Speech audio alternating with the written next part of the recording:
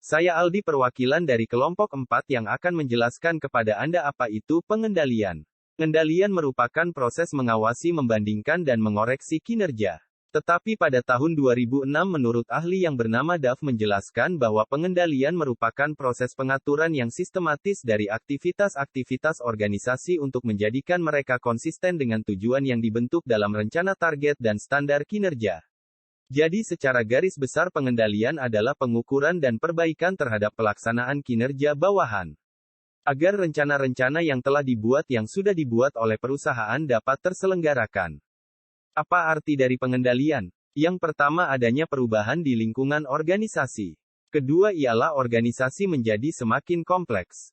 3. Timbulnya kesalahan-kesalahan dalam bekerja. 4. Yaitu kebutuhan manajer untuk mendelegasikan wewenang, dan yang terakhir adanya peningkatan biaya operasi organisasi. Menurut John Naylor, tujuan pengendalian yang efektif yang bisa membantu manajer yaitu yang pertama untuk mencapai tujuan, karena pengendalian atau pengawasan membantu suatu organisasi dalam mencapai tujuannya. Yang kedua, membatasi penyimpangan-penyimpangan yang mungkin terjadi. Tindakan-tindakan yang diambil dari penyimpangan kecil yang terjadi haruslah ditangani secara baik, karena apabila hal itu menimbulkan masalah besar suatu saat nanti. Dan yang ketiga, pengelolaan kompleksitas. Semua organisasi membutuhkan kontrol. Secara sederhana hal ini dapat menjadi dasar dan bersifat informal. Dan yang terakhir, tanggung jawab lingkungan waktu antara pengaturan tujuan dan pencapaian. Turbulensi lingkungan hidup dapat disebabkan karena gangguan yang membuat asumsi tidak tepat. Sebagai suatu pengendalian manajemen yang bebas dalam memaikan tanggung jawabnya secara efektif, maka fungsi pengendalian adalah 1. Menilai apakah pengendalian manajemen telah cukup memadai dan dilaksanakan secara efektif. 2. Menilai apakah laporan yang dihasilkan telah menggambarkan kegiatan yang sebenarnya secara cermat dan tepat. 3. Menilai apakah setiap unit telah melakukan kebijaksanaan dan prosedur yang menjadi tanggung jawabnya. 4. Meneliti apakah kegiatan telah dilaksanakan secara efisien. 5. Meneliti apakah kegiatan telah dilaksanakan secara efektif dan mencapai tujuan yang telah ditetapkan. Dengan demikian, fungsi pengendalian adalah membantu seluruh manajemen dalam menyelesaikan tanggung jawabnya secara efektif dengan melaksanakan analisis, penilaian, rekomendasi, dan penyampaian laporan mengenai kegiatan yang diperiksa. Ada beberapa metode dalam pengendalian. Pengendalian pratindakan, preliminary control. Pengendalian pratindakan bertujuan mencegah penyimpangan dalam penggunaan sumber daya organisasi, baik secara kualitas maupun kuantitas. Pengendalian umpan ke depan. Pengendalian umpan ke depan dirancang untuk mendeteksi penyimpangan dari standar atau tujuan tertentu yang telah ditetapkan dan memungkinkan tindakan perbaikan diambil sebelum suatu langkah tertentu dirampungkan, sehingga bisa diteruskan ke langkah berikutnya. Pengendalian penyaringan. Pengendalian penyaringan merupakan suatu proses ketika hal-hal spesifik dari suatu prosedur harus disetujui atau syarat tertentu harus dipenuhi sebelum kegiatan dapat dilanjutkan. Pengendalian purna tindakan. Pengendalian purna tindakan mengukur hasil-hasil dari suatu tindakan yang telah dirampungkan. Selanjutnya saya akan menjelaskan proses dalam pengendalian. Yang pertama, membangun standar kinerja. Standar harus didefinisikan secara jelas dan tepat sehingga para manajer dan pekerja dapat menentukan aktivitas-aktivitas yang menjadi target. Menurut Handoko, 2003, ada 3 bentuk standar, yaitu 1. Standar fisik, meliputi kuantitas barang, jasa, jumlah langganan, atau kualitas produk. 2. Standar moneter, dinyatakan dalam nilai rupiah, mencakup biaya tenaga kerja, biaya penjualan, laba kotor, dan pendapatan penjualan. 3. Standar waktu, meliputi kecepatan produksi atau batas waktu suatu pekerjaan harus diselesaikan. Yang kedua, mengukur kinerja aktual.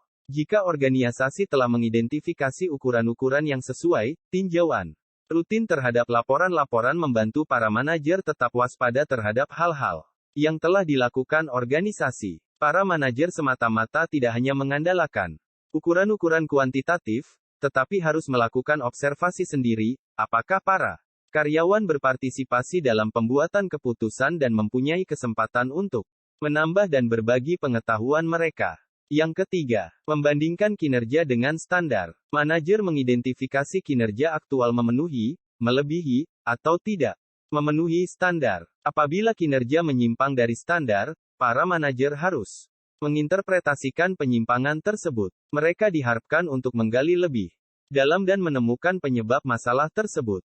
Misal standar target penjualan yang ditetapkan organisasi sebesar 10% dan seorang penjual hanya dapat mencapai 8%.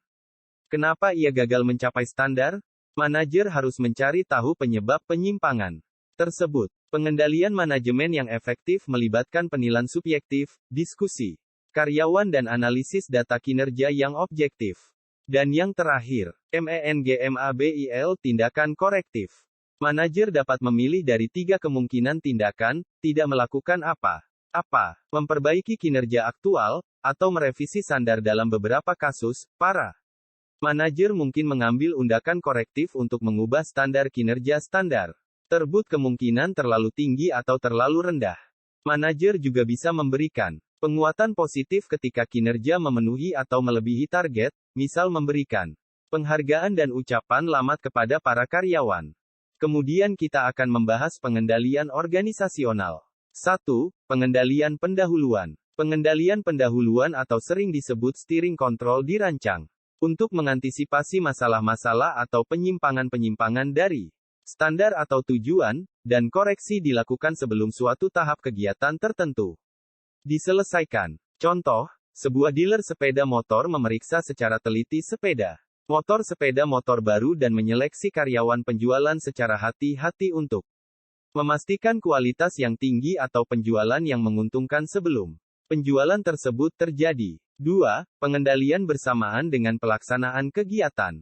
Tipe pengawasan ini merupakan proses ketika aspek tertentu dari suatu prosedur harus disetujui terlebih dahulu atau syarat tertentu harus dipenuhi terlebih dahulu sebelum kegiatan-kegiatan bisa dilanjutkan. Lebih menjamin ketepatan pelaksanaan suatu kegiatan. Misal mengawasi cara para penjual menghadapi para pelanggan. 3. Pengendalian umpan balik. Pengawasan umpan balik juga dikenal sebagai past action controls, mengukur hasil-hasil dari suatu kegiatan yang telah diselesaikan.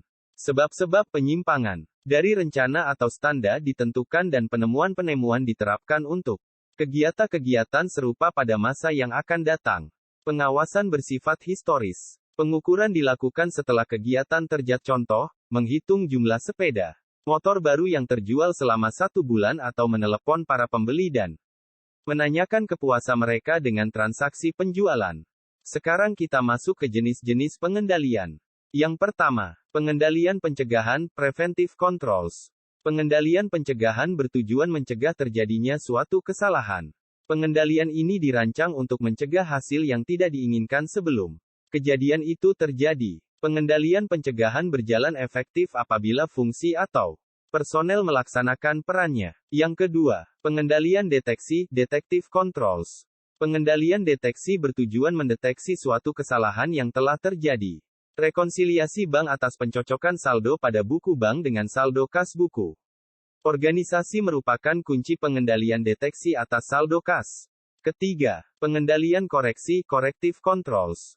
Pengendalian koreksi melakukan koreksi masalah-masalah yang teridentifikasi oleh pengendalian deteksi. Tujuannya adalah agar kesalahan yang telah terjadi tidak terulang kembali. Keempat, ada pengendalian pengarahan, directive controls.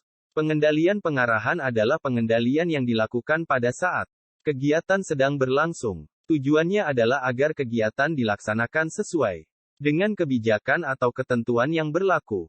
Dan terakhir, pengendalian kompensatif, compensating controls.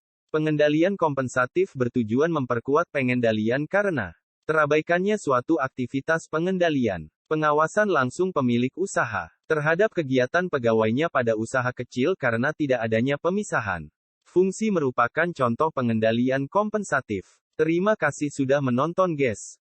Jangan lupa subscribe channel ini agar bisa terus memberikan edukasi kepada kalian semua.